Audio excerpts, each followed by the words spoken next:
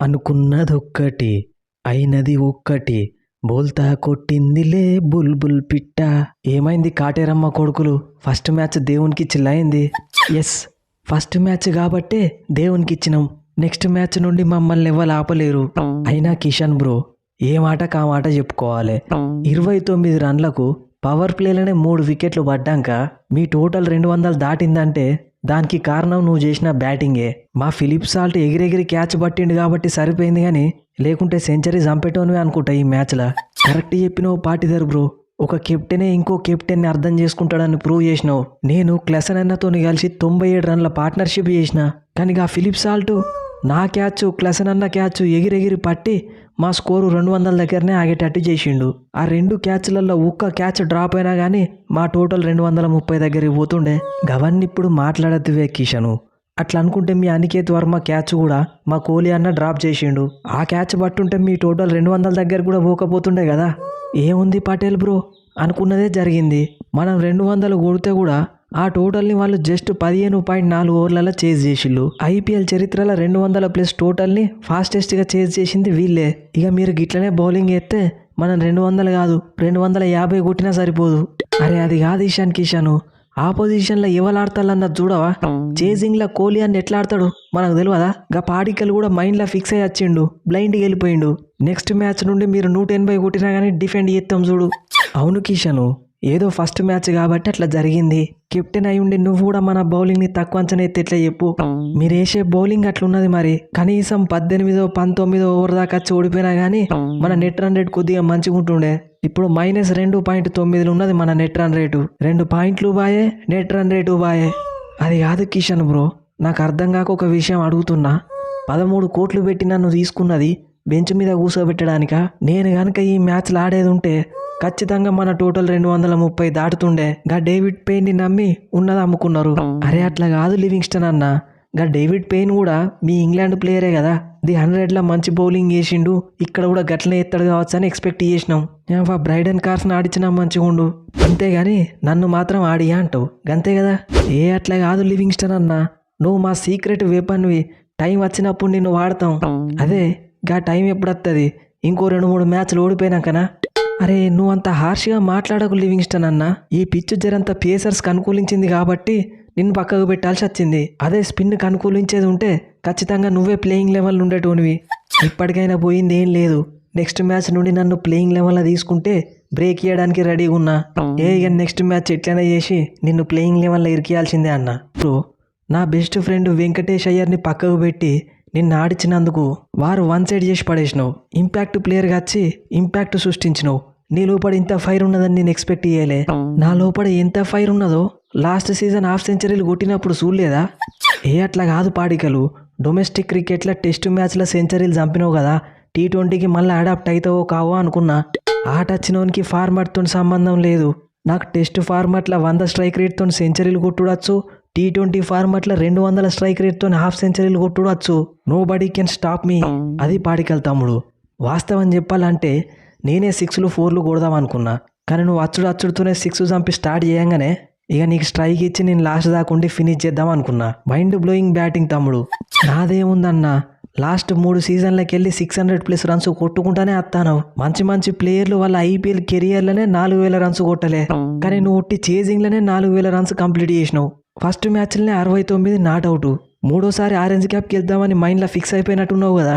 Orange cap ఏమున్నది తమ్ముడు, back to back ట్రోఫీలు గెలుచుడు ఇంపార్టెంట్. కానీ పాటిదర్ బ్రో, లాస్ట్ సీజన్ కేకేఆర్కి అగేనెస్ట్గా నా కోసం 23,50,00,000 దాకా బిడి చేసిళ్ళు. అబ్బాకి ఆర్సీబీకి నేనంటే ఎంత ఇష్టమో అనుకున్నా. ఇక ఈ సీజన్ నన్ను 7 కోట్లు పెట్టి తీసుకోగానే సదా ఆర్సీబీ ప్రేమకు బానిస అనుకున్నా, కానీ నన్ను తీసుకునేది బెంచ్ మీద కూర్చోబెట్టడానికని అస్సలు ఎక్స్పెక్ట్ చేయలే. అరే అయ్యర్ బ్రో, ఇది ఫస్ట్ మ్యాచ్ మాత్రమే, ఇంకా ఫుల్ మ్యాచ్లు ఉన్నాయి. అవసరమైనప్పుడు నిన్ను ఖచ్చితంగా రంగంలోకి దింపుదాం, రెడీగా ఉండు.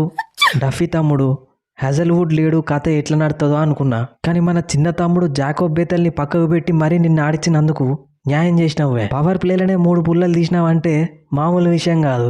ఇక హెజల్వుడ్ ఎప్పుడు రికవర్ అయ్యి వచ్చినా మంచిదే. మరి జాకోబ్ డఫీ అంటే వట్టిదే అనుకున్నావా అన్న?